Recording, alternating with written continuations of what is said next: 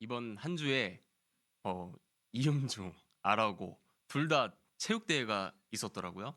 그 지난주 주일날 이렇게 정민이랑 이렇게 떡볶이를 먹는데 정민이가 그러는 거예요.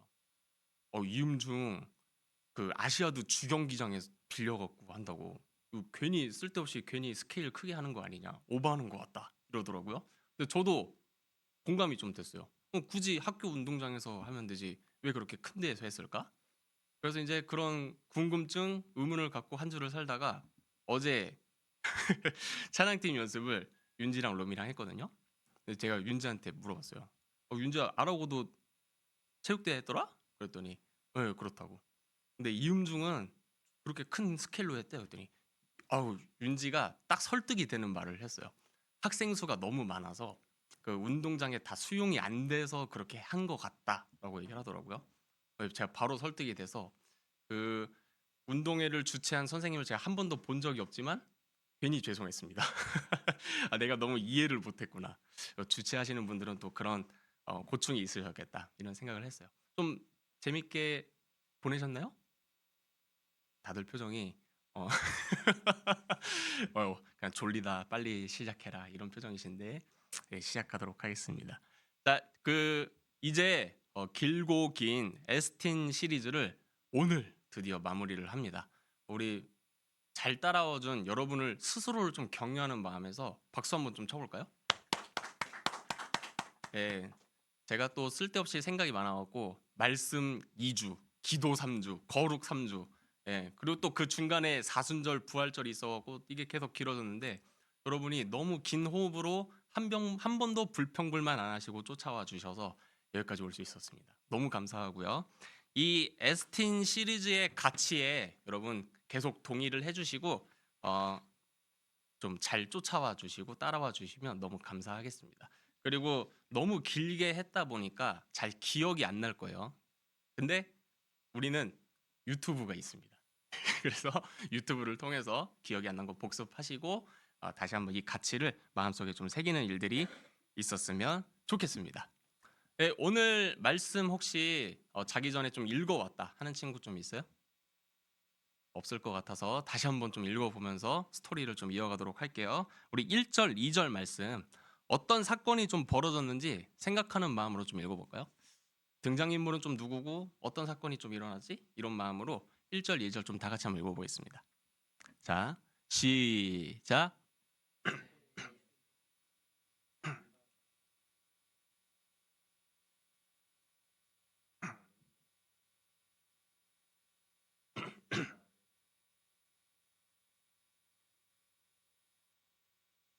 네, 다 저를 봐주세요. 때는 어느 때죠? 안식일. 네, 어느 안식일 때에 우리 예수님과 제자들이 어느 곳을 지나가고 있었죠? 밀밭. 우리로 치면 이제 한국은 벼농사를 하니까 그냥 벼밭을 지나갔다 이렇게 생각하시면 좀 더 생각하기 편할 것 같아요. 거기는 이제 밀을 재배를 했던 지역이니까 밀밭을 지나갔습니다.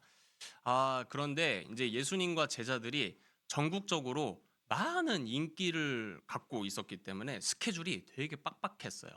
그래서 점심을 먹을 여유가 특별히 좀 없었던 것 같습니다. 얼마나 배가 고팠겠어요? 근데 제자들은 또 성경책 보시다시피 엄청 인간적이거든요.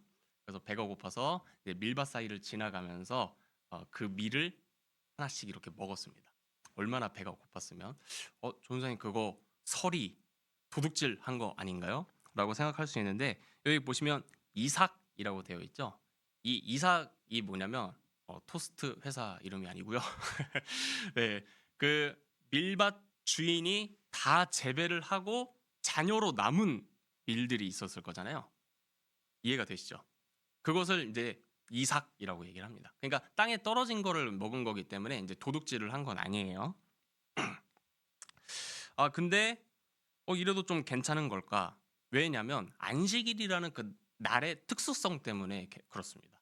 그래서 좀 이러면 안 되는데라고 좀 생각이 여러분 당연하게 드셔야 돼요. 왜 그러냐면 우리 출애굽기 31장 14절 말씀 한번 읽어볼게요. 안식일이 도대체 얼마나 엄격한 날이길래 그러지? 이런 생각을 갖고 한번 읽어보겠습니다. 시작.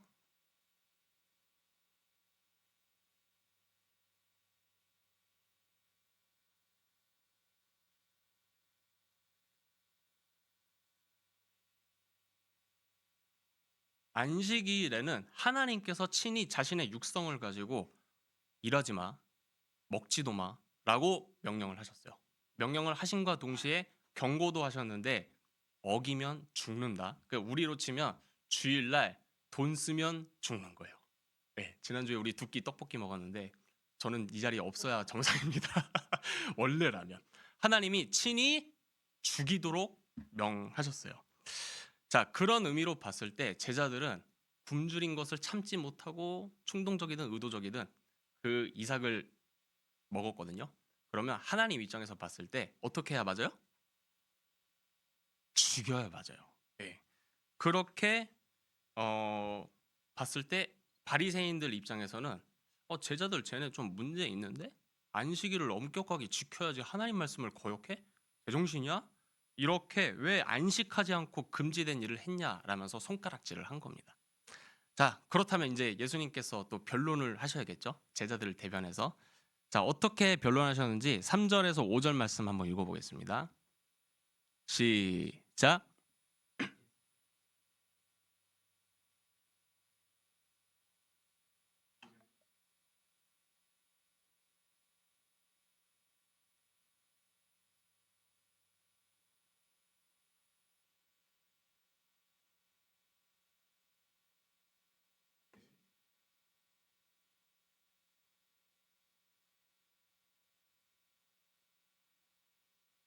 네, 여러분 읽어도 무슨 말인지 이해가 안 된다 이런 표정인데 정상적입니다. 네, 왜냐하면 과거의 얘기를 예수님이 끌어와서 현재 변론을 하고 있기 때문인데 이 과거 얘기가 무슨 얘기인지 여러분이 잘 모르면 이해가 안 될 수가 있어요. 그래서 이 과거의 얘기가 도대체 무슨 얘기인지 제가 구체적으로 좀 설명을 들어보도록 할게요. 사무엘상 21장에 나오는 얘기거든요. 근데 굳이 시간 관계상 제가 펼치진 않고 스토리로 좀 설명을 드리겠습니다. 옛날에 그 이스라엘에 그 사울이라는 왕이 있었어요. 사울이라는 왕이 있었는데 이 사울에게 눈에 가시와 같은 사람이 있었습니다. 그게 누구였을 것 같아요? 바로 다윗이라는 사람이 눈에 가시였어요.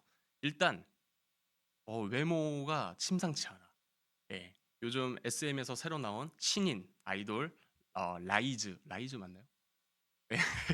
굉장히 멤버 한 명 한 명 다 잘생겼더라고요. 깜짝 놀랐습니다. 그 정도로 SM 아이돌 꽃미남상이에요. 일단 다윗이. 일단 그 외모 자체가 질투나 죽겠는데 그 괴물 같은 큰 골리앗이라는 거인을 그 물맷돌 실력을 발휘를 해서 탁 던졌는데 그게 정확하게 이마에 맞으면서 골리앗을 쓰러뜨려서 온 나라의 영웅으로 등극을 합니다. 현재 또 얼굴도 잘생겼어. 또 골리앗도 쓰러뜨렸어. 그래서 이제 그것을 계기로 이 사울 왕이 계속 전쟁터에 보냈거든요. 너 나가서 좀 싸워봐라, 싸워봐라. 근데 나가는 족족 다 이기는 거예요. 전쟁도 잘해. 예. 그러니까 우리로 치면 이제 너무 완벽한 그 엄친아 같은 사람이었던 거예요. 그것을 본 여성분들이 이제 사람 사는 거는 옛날이나 지금이나 다 비슷했을 텐데 그것을 본 여성분들이 어땠겠어요? 얼마나 찬양을 하고 그 다윗이 지나가기만 하면 따라다니고 막 그랬는지 모릅니다. 그래서 이 여성분들이 그 베이스 기타, 일렉 기타, 드럼, 온갖 악기들을 다 쳐가면서 다윗을 찬양을 막 하는 거예요. 작사 작곡도 자기들이 다 해. 뭐라고 찬양을 했냐면 성경에 실제로 나와 있는 구절입니다. 사울이 죽인 적은 1000명이요 다윗이 죽인 적은 10,000명이다. 자, 여러분 훗날 남자친구가 생기시면 우리 하선이 로미 윤지는 잘할 것 같은데 남자친구가 생기면 절대 다른 남자랑 비교하는 말 하지 마세요. 그 남자는 자존감이 엄청 깎여요. 자기야, 다른 남자친구는 나한테 아이폰 사줬는데 왜 자기는 겨우 편지만 써줘? 이러면 자존감 다 죽습니다, 남자들. 남자들 길을 세워주는 여러분 여자친구들이 되셨으면 좋겠어요. 근데 사울 왕이 나는 1000명 죽였는데 다윗은 10,000명 죽였다고 저렇게 찬양을 한다고? 다윗 이 새끼 이렇게 된 겁니다. 그래서 이제 다윗을 계속 죽이려고 시도를 하는데 어느 날 다윗은 너무 완벽해. 악기 연주도 잘해요. 다 잘해요. 그래서 악기 연주를 막 이렇게 왕궁에서 하고 있었는데 사울이 그 모습을 보고 자신이 가지고 있던 단창을 들어가고 다윗한테 던집니다. 어떻게 됐을까요? 근데 다윗이 반사신경도 좋아. 운동도 잘해. 그래서 슥 피해갖고 단창이 벽에 이제 딱 닿게 됩니다. 다윗은 그 단창을 피하고 나서 생각했어요. 오늘 밤 도망쳐야겠다. 나 이러다 진짜 죽겠다. 생각을 해서 그날 밤 도망을 바로 나가게 됩니다. 그런데 어디로 도망가겠습니까? 왕이 그렇게 자기를 노리고 있는데 전국을 다 통치하고 있는 왕이기 때문에 나라를 벗어나야겠다고 생각을 했어요. 그래서 어디로 갔냐면 이집트로 갔습니다. 이집트는 특별히 이제 사막이 되게 많은 지역이죠. 그래서 사막으로 그냥 무작정 도망갔어요. 특별히 계획도 없었습니다. 너무 급하게 나왔기 때문에. 그런데 이제 너무 급하게 짐을 바리바리 싸들고 나왔다 보니까 식량을 못 챙기고 나왔던 것 같아요. 그래서 이제 배가 고픈 겁니다. 근데 그 메마른 허허벌판 사막에서 예? 맛집도 없고 카페도 없는 그 사막에서 어떻게 밥을 구해야겠어요? 근데 오늘날도 그 서울에 있는 수많은 그 노숙인 분들이 사는 그 서울역이나 이런 지역들을 보면 그 노숙인 분들이 주일이 되면 교회로 많이 가요. 예배를 드리러 간다기보단 먹을 거 구하려고. 근데 그때도 좀 비슷했습니다.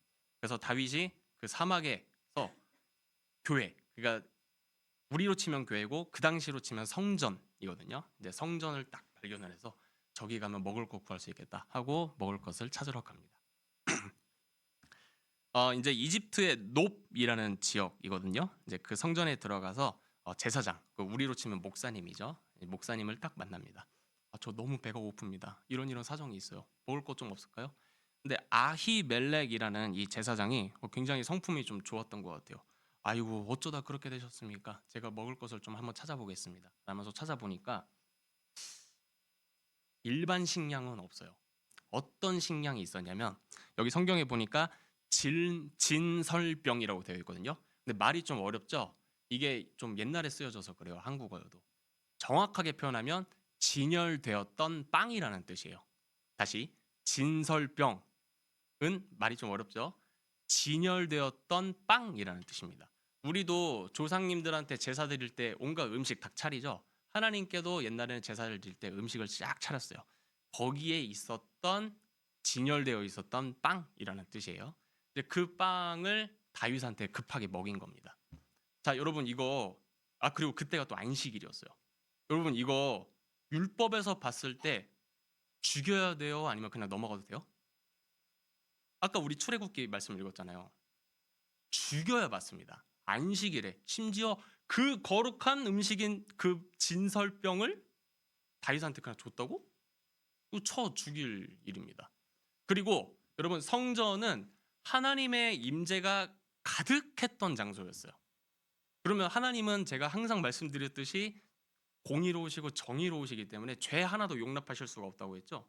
그리고 율법에도 안식일을 어기면 죽이겠다고 쓰여져 있고. 자, 근데 다윗 살았을까요? 죽었을까요? 놀랍게도 살았을 뿐만 아니라 그 어려운 인생을 다 거치고 나서 이스라엘의 위대한 왕으로 등극을 합니다. 그러면 그런 관점에서 봤을 때 다윗이 그 진설병을 먹은 게 하나님 입장에서는 죄가 아니었다는 거예요. 이 과거를 가지고 예수님이 변론을 하시는 겁니다. 하나님이 안식일 거룩하게 지키라고 한 거 맞아. 맞는데 예외가 있잖아. 이렇게 말씀하시면서 자신의 입장을 변론을 하시는 거예요. 자, 예수님도 똑같습니다. 자신의 제자들도 배고픈 상태였기 때문에 안식일이라고 할지라도 예외 적용을 다윗한테 했던 것처럼 똑같이 해야 된다고 말씀을 하신 거예요. 다윗 왕과 자신의 제자들은 다르지 않다고 반박을 하고 계시는 거죠. 이렇게 예수님은 사람을 특별히 차별을 하지 않으십니다. 대기업의 CEO 그리고 어떤 초등학생 다 동등하게 귀한 하나님의 형상으로 존중을 하고 계시고 어떻게 하면 모든 사람들이 다 그렇게 예수님의 그 관점 안에서 능력 안에서 구원을 받으실 수가 있을지 바라보고 계시고 지금도 우리를 그렇게 바라보고 계세요. 그런데 예수님은 그 반박 자체의 목적이 있지 않으십니다. 그냥 규정 위반을 변증하는 것 그 이상의 더 중요한 이유가 있다고 말씀을 하시거든요. 그래서 그런 궁금증을 갖고 우리 6절에서 8절 말씀 좀 다 같이 한번 읽어볼게요. 그냥 바리새인을 말빨로 이긴다가 목적이 아니고 더 큰 교훈이 있다는 걸 말씀을 하시거든요. 자, 6절에서 8절 말씀 다 같이 한번 읽어보겠습니다. 시작.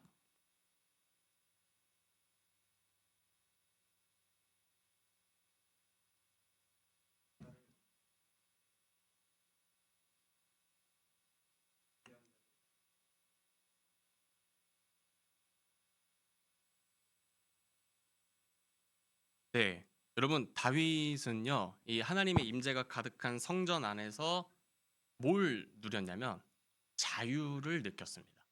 놀랍게도.